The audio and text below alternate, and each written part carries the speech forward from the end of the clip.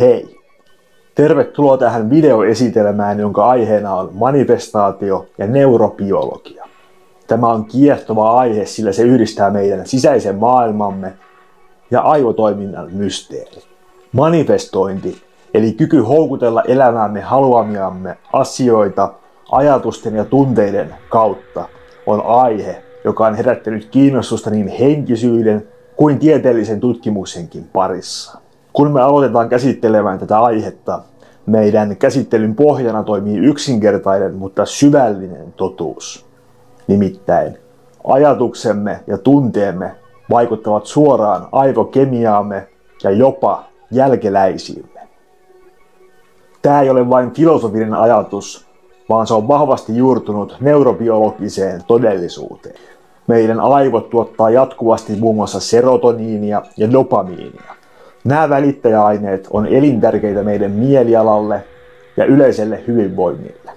Tutkimukset on osoittanut, että positiiviset ajatukset voivat lisätä näiden kemikaalien tuotantoa. Toisaalta stressin kourissa kemikaalien tasapaino järkkyy, mikä voi johtaa monenlaisiin haasteisiin mielen hyvinvoinnissa.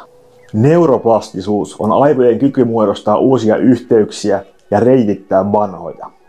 Käytännössä tämä tarkoittaa sitä, että kaikki uudet kokemukset ja opitut asiat voi muokata meidän aivojemme rakennetta. Jopa pelkkä yksittäinen ajatus voi olla voimakas työkalu aivojen uudelleenjärjestelyssä. Ja tämä tarkoittaa, että meillä on valtava potentiaali vaikuttaa omaan aivotoimintaamme ja sitä kautta elämäämme. Muun muassa tohtori Bruce Liptonin tutkimukset epigenetiikasta kaataa lisää vettä myllyyn. Epigenetiikka tutkii, miten ympäristö, mukaan lukien ajatuksemme ja tunteemme, voivat kontrolloida geeniekspressiota. Liptonin mukaan tietoisuutemme voi ohjata geenien toimintaa, antaen meille kyvyn luoda tai estää sairauksia ajatustemme ja tunteidemme kautta.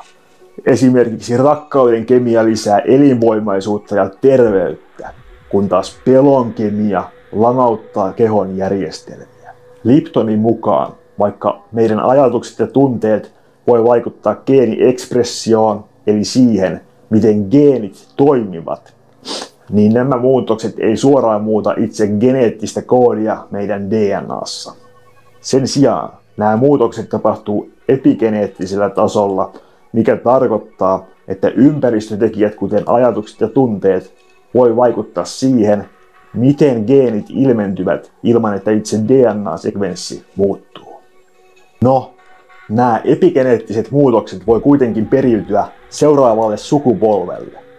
Tämä tarkoittaa, että vaikka itse geneettinen koodi ei muutu, niin epigeneettiset merkit voi siirtyä vanhemmilta lapsille.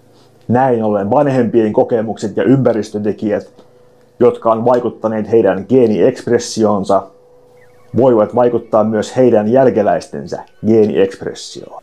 Eli vaikka meidän ajattelutavat ja tunteet ei muuta itse geneettistä koodia suoraan, ne voi vaikuttaa epigeneettisiin tekijöihin, jotka voivat periytyä lapsillemme.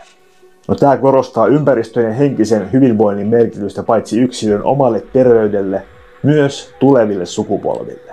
No, miten sitten hyödynnämme tätä tietoa arjessamme? Yksi tehokas menetelmä on meditaatio ja tietoinen läsnäolo, jotka auttaa meitä hallitsemaan stressiä ja palauttamaan kemiallisen tasapainon aivoissamme. Lisäksi, kun visualisoimme itsellemme positiivisia lopputuloksia, me ikään kuin ohjelmoimme aivomme työskentelemään näiden tavoitteiden eteen suotuisalla tavalla.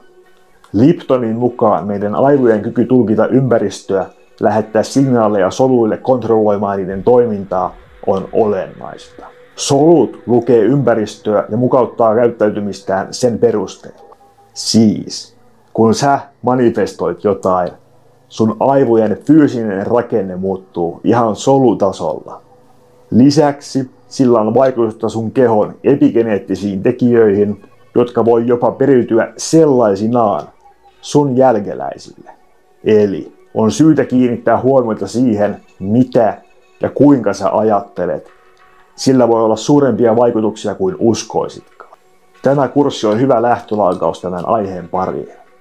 Nyt Tanja jatkaa tästä.